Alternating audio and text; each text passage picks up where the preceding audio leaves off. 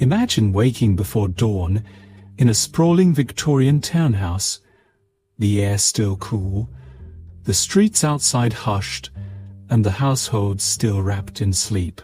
You are a maid, one of many, yet every ticking moment of this day depends on you.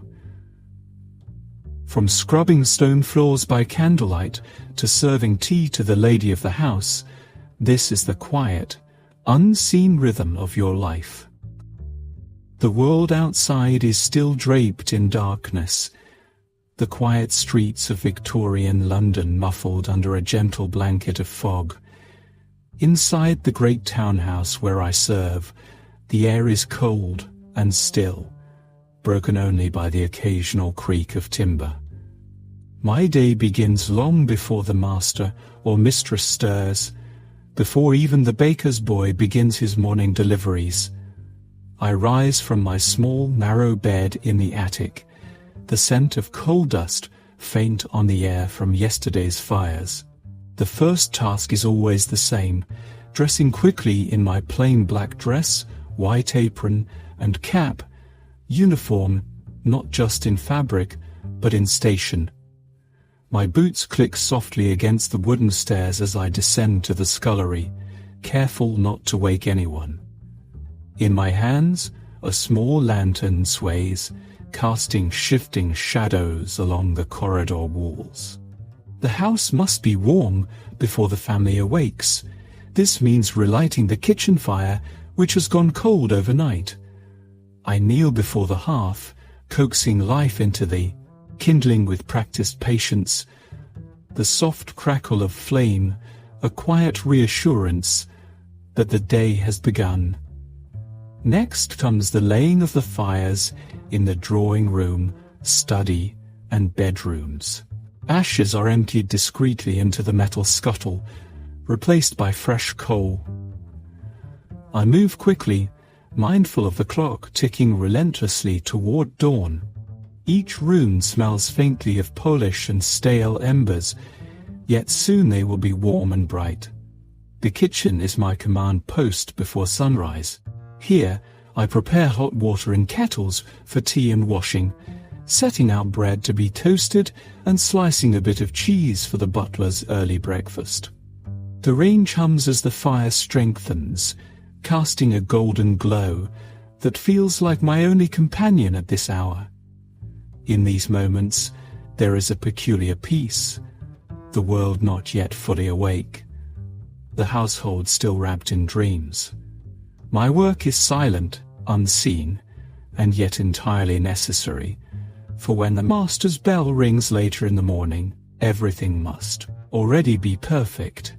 By the time the first glimmers of pale light touch the frosted window panes, I am already well into my day's labors. There is no applause for this work, no thanks, only the satisfaction of knowing the house will greet the family warm, clean, and ready. The sun is still climbing into the sky, but for me, the day is already old. The first hints of pale gold begin to filter through the lace curtains, turning the fog outside a soft pearly white. The stillness of the house shifts, almost imperceptibly at first, like a great ship stirring before setting sail. My hands are already busy, laying the final touches in each room before the day's true bustle begins. The hallway carpets are brushed clean of any stray soot from my earlier work, and the silver handles on the doors gleam faintly, polished the night before. The scent of coal smoke from the kitchen mingles with the faint aroma of baking bread drifting in from the range. The air feels different now, touched by the coming day. Somewhere upstairs, the butler's footsteps echo softly, steady, measured, purposeful. He will soon make his first rounds, checking every room for readiness before the master and mistress rise. His approval is silent but absolute. If he says nothing, it means the work is done well. From the kitchen, I carry steaming, Jugs of hot water upstairs to the family's dressing rooms. The warmth seeps through the porcelain, heating my hands as I move swiftly along the long corridors. Each delivery must be made quietly. There is no knocking, only a gentle opening of the door, the placing of the jug upon the stand, and my swift retreat before a drowsy face can turn toward me.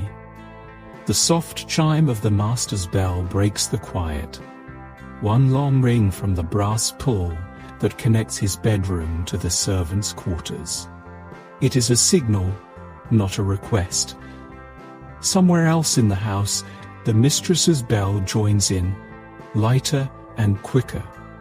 These calls set the day's rhythm in motion. Each servant now knows exactly where they must be. By now, the house has truly awakened. The cook begins clattering pans in preparation for breakfast. The upstairs maids are smoothing fresh linen onto the beds, and the boot boy is hard at work, polishing leather until it gleams like onyx.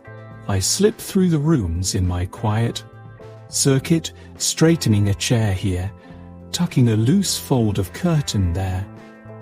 The windows in the drawing room are open just a crack to let in the morning air, cool and damp, carrying the distant sounds of carriage wheels on cobblestones. It is a strange sort of life, this silent orchestration of comfort. The family moves through a world that appears effortlessly orderly, never seeing the hours of unseen labor that shape each moment. And as the day gathers pace, I fade once more into the background, just another part of the great clockwork that keeps this Victorian house alive.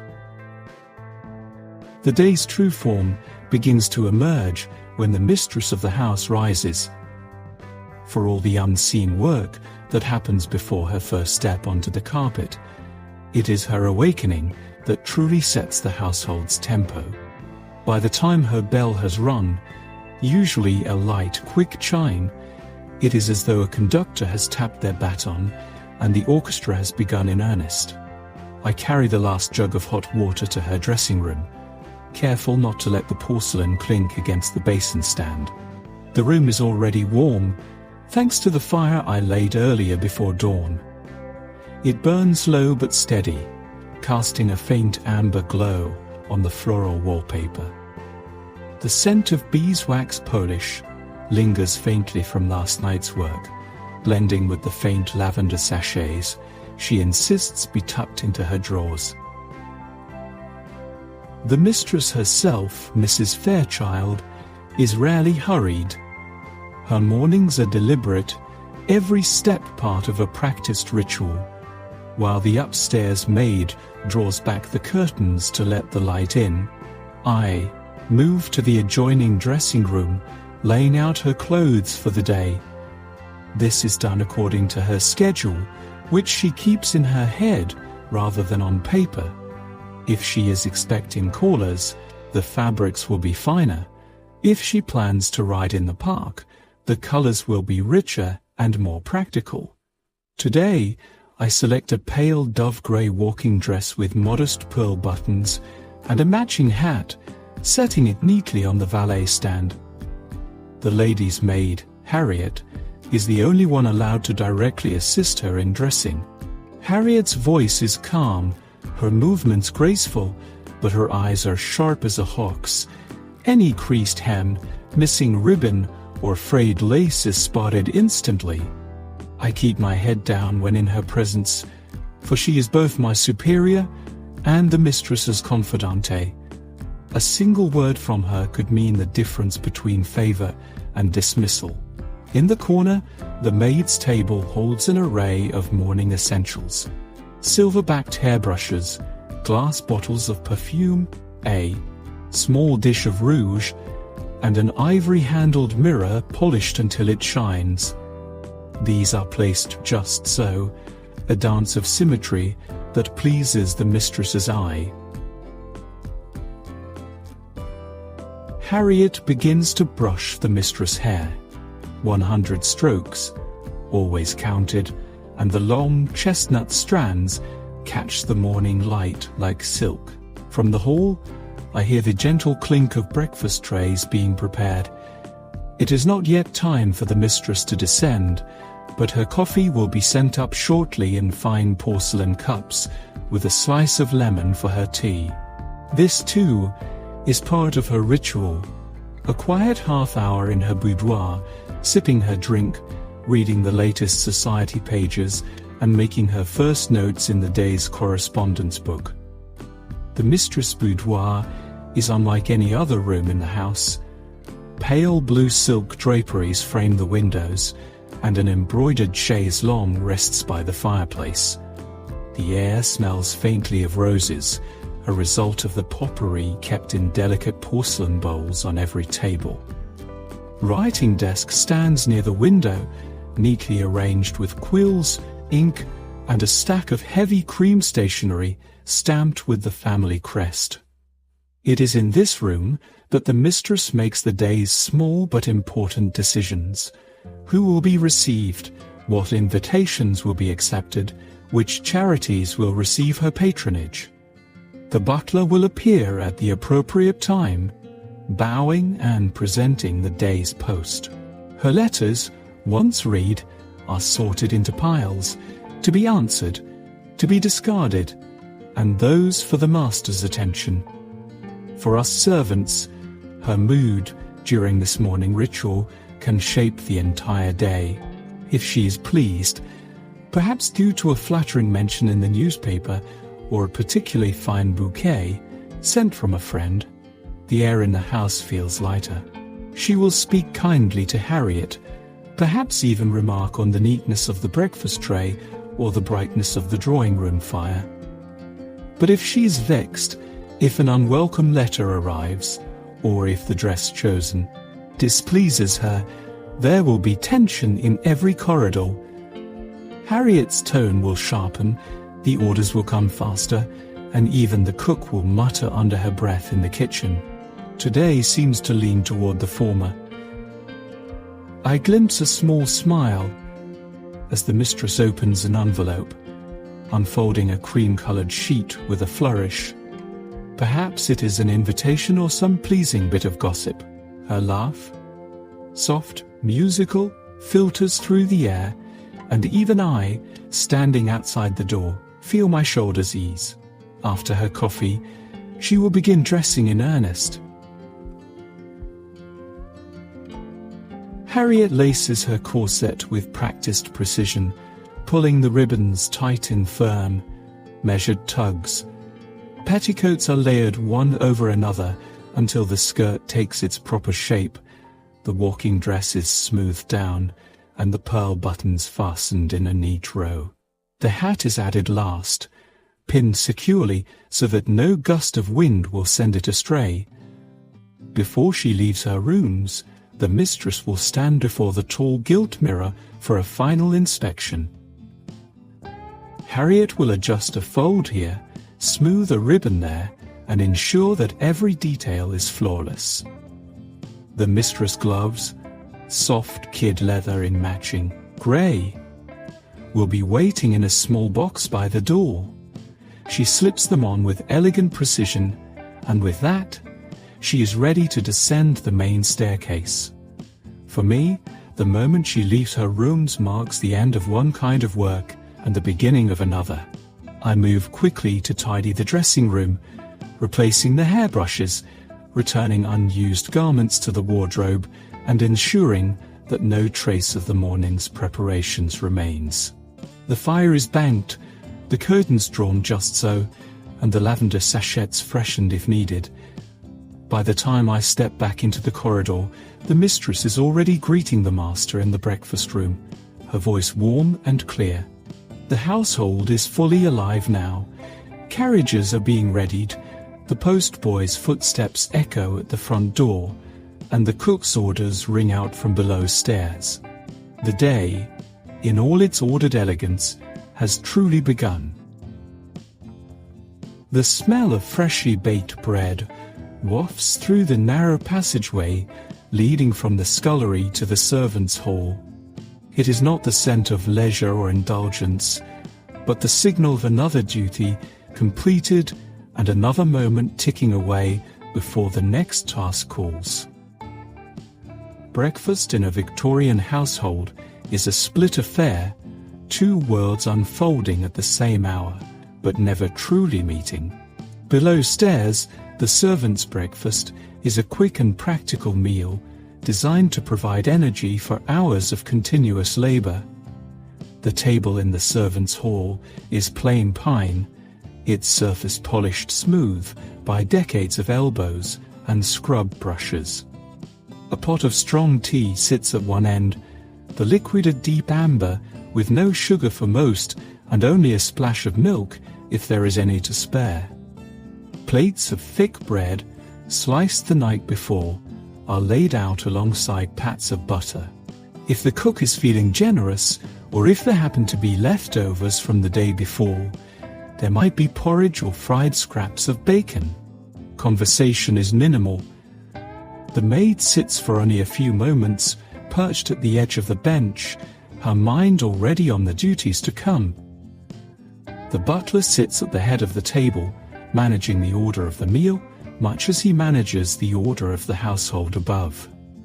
He reads the Post silently between sips of tea, occasionally glancing toward the kitchen to check on progress. The maid takes small, quick bites, chewing without thinking. She listens to the quiet clinking of cutlery, the low murmur of the footman speaking to the hall boy about deliveries, the hiss of the range from the kitchen, where the cook is already preparing the upstairs breakfast. It is a rhythm so ingrained that she barely notices it. Breakfast here is not a moment to relax, but simply a pause before the pace quickens again. Upstairs, in the dining room, the atmosphere could not be more different. The room is bright, with sunlight filtering through lace curtains, casting delicate patterns onto the damask tablecloth. The table is set with gleaming silverware, fine china, and crystal glasses. A centerpiece of fresh flowers rests in the middle, carefully arranged early that morning by the housemaid. The upstairs breakfast is an affair of formality, though not as grand as a dinner. The master of the house might be seated at one end, reading the morning paper, while the mistress sips tea and inquires about the day's plans. The plates here hold soft-boiled eggs, toast served in silver racks, kippers or ham, and small dishes of jam or marmalade. Coffee is served alongside tea, and everything is brought in on trays by the footman, whose movements are as precise as clockwork. For the maid, breakfast above stairs means constant trips between the kitchen and dining room, moving quietly but quickly. She clears plates, refreshes tea, and ensures toast stays warm. The household may speak in calm, measured tones, but her work is anything but restful. She must anticipate needs before they are spoken, refill cups before they are empty, and disappear from sight without drawing attention. She notices details others might miss. The way the mistress prefers her toast, slightly browned, the exact level of heat the master likes for his tea, the small nods or glances that signal when it is time to bring the next course. Every movement is guided by these silent cues, and she has learned to read them without conscious thought. When the upstairs breakfast is finished, the plates are stacked discreetly and carried back to the kitchen, where the pace immediately changes.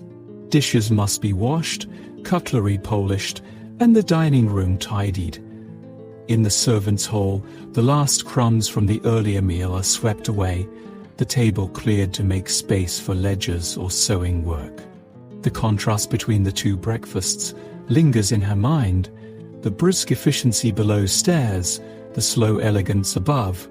2 meals, 2 worlds, connected only by her footsteps on the narrow staircase between them. By the time the last teacup is polished and returned to its cabinet, the morning has already slipped away and the next set of duties is waiting. By mid-morning, the house had settled into its own rhythm, a quiet hum of activity that was anything but quiet for those doing the work. For Clara, the Victorian maid, whose days were a sequence of duties strung together like beads on a never-ending necklace, this was the point where the real toil began. The kitchen fire had been fed fresh coal, sending a plume of warmth through the scullery. The breakfast dishes were stacked high in the tin sink, each one coated with the remnants of porridge, egg, or marmalade. Clara plunged her hands into the steaming water, scrubbing at stubborn stains with a stiff bristled brush. She had long since stopped flinching at the heat. Her hands, reddened and rough, had adapted to it like a blacksmith's to the forge. The plates would be dried on linen cloths, then placed back in their exact spots. In a Victorian household, order was non-negotiable. One chipped cup or misplaced fork could earn a maid a stern word from the housekeeper or, worse, the mistress herself. Once the dishes were finished, it was time for the dusting and polishing. This was not the light flick of a feather duster seen in modern homes. Clara had to remove each decorative item from every mantel, shelf and table. Delicate porcelain figurines, silver candlesticks, glass vases, and wipe them carefully before polishing the surface beneath. The silver, in particular, required elbow grease, the cloth blackening, as she rubbed away tarnish until each piece gleamed enough to catch the morning light. By late morning, she would tackle the grates. This was grim work, on her knees, scooping out the ashy remains of the previous night's fire, brushing the iron clean, then laying fresh coal so the room would be warm by afternoon. Her apron was streaked with soot by the time she finished, but there was no time to change. Then came the rugs and carpets. These were beaten outside in the courtyard, a task that filled the air with a choking cloud of dust. Clara wielded the carpet beater with rhythmic strikes, sending motes dancing in the sunlight. She sometimes imagined she was knocking the weariness out of her own bones with each thwack. Inside, she would sweep and mop the floors, making sure the boards were spotless. In rooms with wooden floors, she applied a beeswax polish that left them shining and smelling faintly sweet. Laundry day, when it came, was an even greater ordeal. Large tubs of water were heated over the kitchen range, soap flakes was stirred in, and the household linens, sheets, tablecloths, towels were boiled and scrubbed. Clothes were wrung out by hand, hung to dry in the yard, then ironed with heavy flat irons heated directly on the stove. The work was back-breaking, but the standard was perfection, not a wrinkle left in the cloth, not a speck of dirt remaining. The windows, too, demanded attention. Cleaning them meant hauling a ladder, balancing carefully as she worked, and polishing each pane until it shone clear as crystal. The mistress liked sunlight to stream unimpeded into the parlour, illuminating her fine furniture and embroidered curtains. Clara moved from task to task without pause, the clock ticking mercilessly toward the next mealtime preparations. She rarely had the luxury of sitting, and when she did, it was only to mend torn clothing by lamplight or sew new buttons onto a waistcoat. The house itself seemed to conspire to keep her busy. One day it was a fraying rug edge, the next a draughty window to seal, or a brass doorknob that needed shining. The list never shortened, yet in her quiet moments, brief and precious, Clara took a strange pride in the transformation she oversaw. The rooms she left behind bore the unmistakable mark of care: gleaming wood, spotless glass, fresh linens that smelled faintly of lavender. No guest who entered the grand front door would guess at the labor that kept such beauty intact. But that was the lot of a Victorian maid, to be invisible, her work apparent only when it was neglected. And so she carried on, broom in hand, rag over shoulder, the day's endless chores stretching before her like an unbroken road. The clock in the servants' hall ticks on, its rhythmic sound marking the steady march of the afternoon. By now, the bustle of the morning chores has given way to a different kind of work, the kind that takes the maid beyond the confines of the house. After the midday meal for the household, and a quicker, simpler one for the servants, the list of errands is handed down. Sometimes it is the butler who gives the instructions, sometimes the housekeeper. Today, it comes from the housekeeper, her neat handwriting spelling out what must be fetched: flour from the grocer, fresh fish from the market, a letter to be posted, and a bolt of fabric from the draper's shop. The maid wraps a shawl around her shoulders before stepping outside. Victorian London air carries a blend of scents: the sharp tang of coal smoke, the faint aroma of baking bread, the less pleasant odours of the streets. The pavement is busy with carts, horses, and other pedestrians, all going about their business in the mid-afternoon. In her gloved hands, she carries a small wicker basket lined with cloth. This will hold the smaller purchases. Heavier or larger items will be delivered directly to the house later. There is an unspoken skill in timing these errands well, knowing when to stop at which shop to avoid queues, and how to carry back delicate items without damaging them. Her first stop is the grocer's, a narrow shop with polished wooden counters and shelves stacked high with tins, jars and sacks. The grocer's wife greets her with a nod, already reaching for the order. There's flour, wrapped tightly in brown paper, a measure of sugar, and a few other essentials. These are carefully placed in the basket. The maid pays from a small purse, noting the total to hand back to the housekeeper later. From there, she heads to the fishmonger's. The smell here is sharp and briny, the air cooler. Rows of fresh fish lie on beds of crushed ice, their scales glistening under the dim light. She chooses what the cook requested, a plump trout, wrapped neatly in paper. The fishmonger promises to send it up to the house within the hour. The letter is next. She walks to the red postbox at the corner of the street, the letter tucked securely in her glove. Posting it is a small but important task.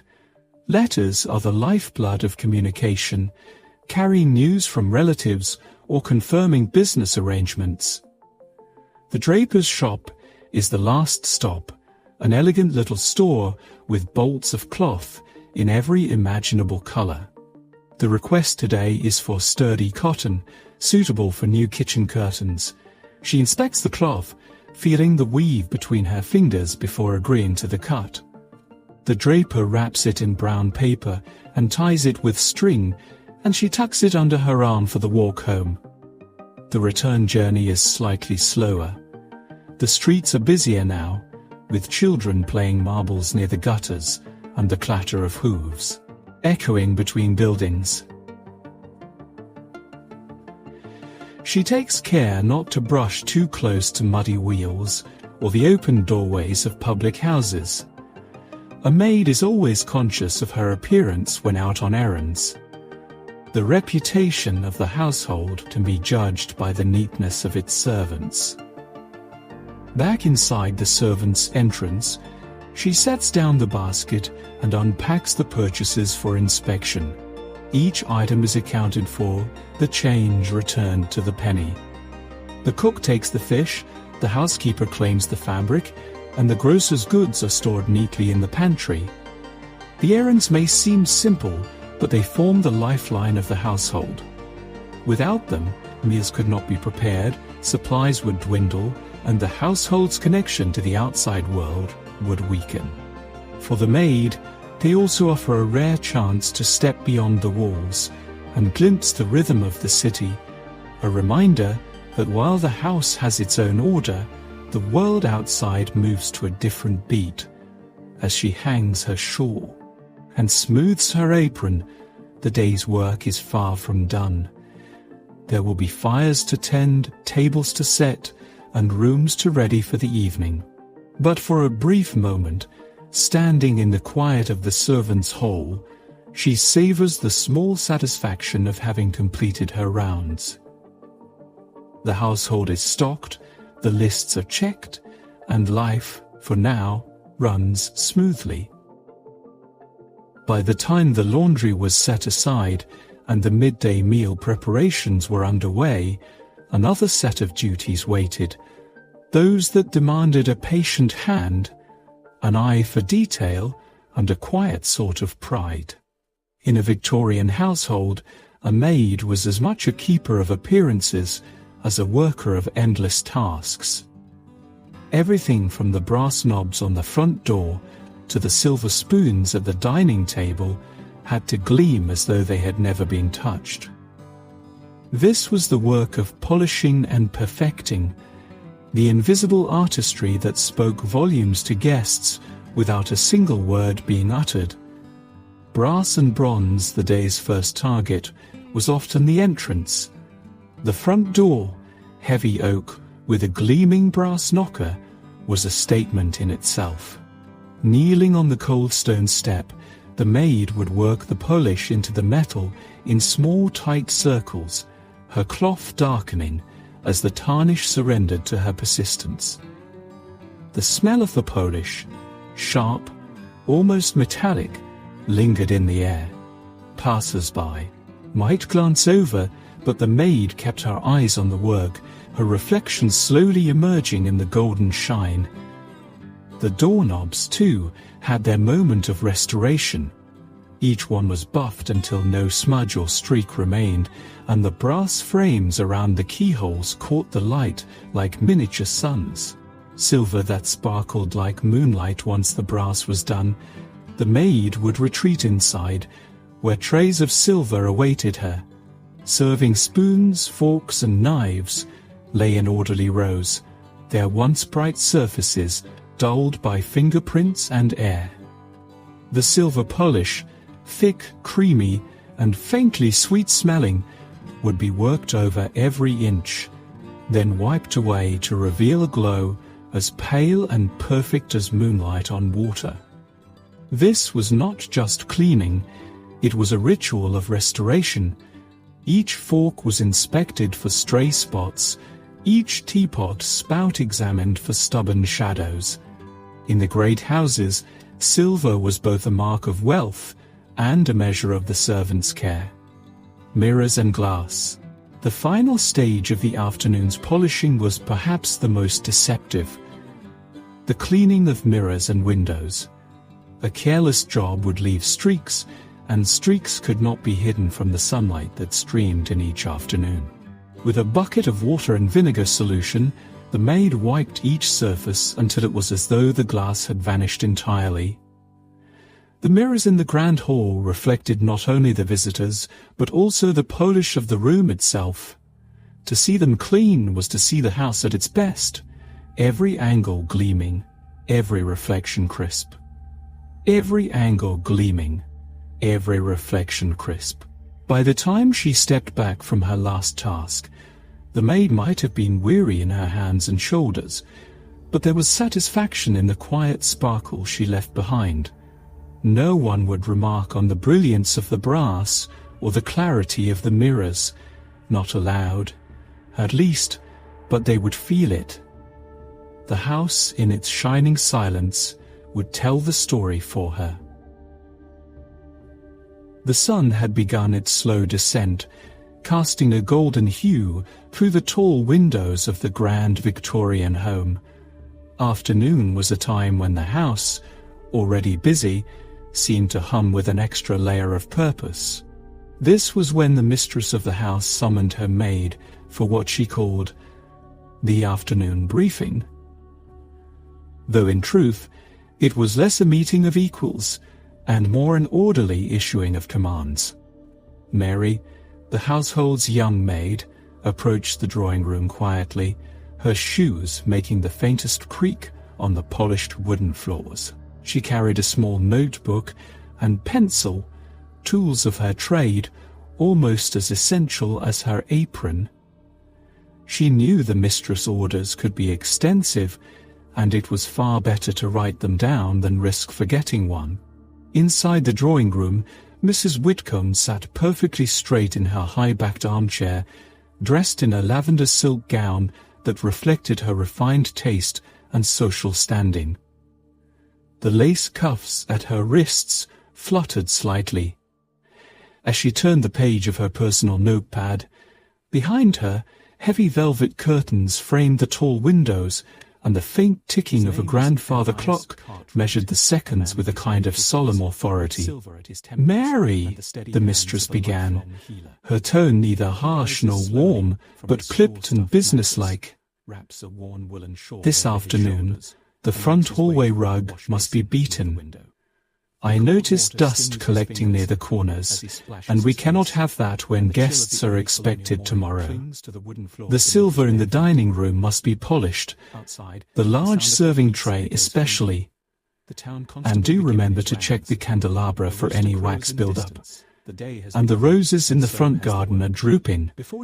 See that fresh water is given to them before tea is served." Mary's pencil scratched quickly over the paper. She had learned to stand still, to keep her chin slightly lowered, and to respond only when appropriate. Interrupting the mistress's list was out of the question. "There is also a letter that must go to the post office," Mrs. Whitcomb continued, lifting a small folded envelope sealed with red wax. "It is to go out immediately, and when you return, see that the parlour's fire is laid. I do not care to entertain in a cold room this evening." Mary accepted the envelope with both hands and placed it carefully in her apron pocket. "Yes, ma'am," she said softly. The orders never seemed particularly remarkable on their own, but together they formed the rhythm of the household, a rhythm dictated entirely by the mistress' desires and the standards of a well-run Victorian home. As Mary left the drawing-room, she moved briskly, the folded list of chores secure in her grip. She knew she must first collect the silver polish from the pantry, then find the rug beater in the servants' storage room, and time her garden work so that the roses were refreshed before the mistress stepped outside for her late afternoon stroll. Timing was everything. If she finished too early or too late, it could be seen as inattentiveness. The hallway she walked through was lined with framed portraits, solemn ancestors in stiff collars and elaborate gowns, watching her as though they, too, were keeping an eye on her work. The house felt alive in these moments, as if the very walls understood the importance of order and routine. Outside, a faint breeze stirred the leaves, and Mary knew she would not have a moment to herself until the day's light faded entirely. The orders had been given, the list was long, and the household would only be satisfied when every last detail was executed to perfection. Tomorrow there would be new orders, but for now the afternoon belonged to the mistress, and Mary would see to it that her vision for the day was carried out without a single misstep. By the time the grandfather clock in the hallway chimed 6, the atmosphere in the grand Victorian house began to change. Daylight softened into a golden haze, and the rooms, once filled with the constant shuffle of chores, now glowed under the warm flicker of gas lamps and the first lit candles. For Mary, the maid, this was the start of her twilight duties, a delicate balance between preparing the house for evening comfort and ensuring every detail met the mistress' exacting standards. Her first task was to draw the curtains in the formal rooms. In the drawing room, she pulled the heavy velvet drapes closed, shutting out the chill of the approaching night. The fabric, thick and fragrant, with the faint scent of lavender sachets hidden in the folds, muffled the outside sounds until the house felt cocooned in its own world. She then moved from window to window, ensuring no corner of fabric sagged and no fold hung unevenly. Small details, but in this household, small details were everything. Next, she made her way to the parlor where the fire lay ready. Kneeling on the hearthrug, she struck a match and coaxed the kindling into a gentle crackle. Soon, the logs caught, casting dancing shadows over the floral wallpaper and polished wood. The room seemed to sigh into warmth, its earliest stillness now alive with a soft glow. She placed the fire iron neatly to the side, wiped her hands on her apron, and stood back to make sure the flames burned evenly. From there, Mary headed to the dining room. The mistress would be expecting the table to be perfectly set for the evening meal, even if there were no guests. She polished the crystal glasses one last time, checked the alignment of the cutlery, and made sure the silver serving tray gleamed under the lamplight. In the center of the table, a small vase of roses, freshly watered earlier in the day, stood as a reminder of the afternoon's work. By now, the scent of roasting meat drifted from the kitchen, mingling with the subtle sweetness of baked bread. The cook was busy with the final touches, but Mary's role here was to carry in the bread rolls, refill the water carafes, and ensure that the mistress' napkin was folded just so, in the triangular style she preferred. Once the dining room was ready, Mary returned to the hall. She polished the brass door handles until they shone, knowing the master of the house would be arriving home soon. The faint sound of carriage wheels on cobblestones was already echoing in the distance. Twilight was not a time for slowing down. It was a time for smoothing the house into quiet elegance, making it ready for the calm but formal rituals of evening. And so, as the first stars blinked above the city rooftops, Mary moved through the household with practiced grace, leaving behind a trail of polished silver, glowing fires, and rooms ready to welcome the night. As the clock in the hallway chimed 9, the once bustling Victorian household began its descent into stillness. For Mary, however, the day was not yet over. The final hours of her shift were devoted to the quiet, almost invisible work that ensured the house would be as pristine in the morning as it was this evening. These were the tasks no guest would ever witness, but they mattered just as much as the grand displays of the day. Her first stop was the kitchen, where the warm scent of the evening supper still lingered. The cook had gone to bed, leaving behind neatly covered platters of leftover bread and cheese. Mary wiped down the long wooden table, scrubbing away the faint traces of flour and crumbs.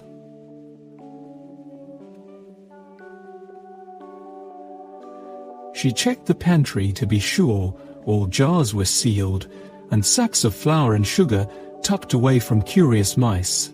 Finally, she banked the kitchen fire, pushing the embers together and covering them to keep a small glow until morning. From there, she moved to the drawing room, now dim and silent, except for the occasional pop from the fireplace she had lit earlier. She removed the tea tray from the low table, carefully carrying the porcelain cups back to the scullery. Before leaving, she adjusted the curtains once more and checked the fire screen was in place, a guard against stray sparks in the night. Next came the upstairs bedrooms. She tread lightly, for the mistress was already preparing for bed.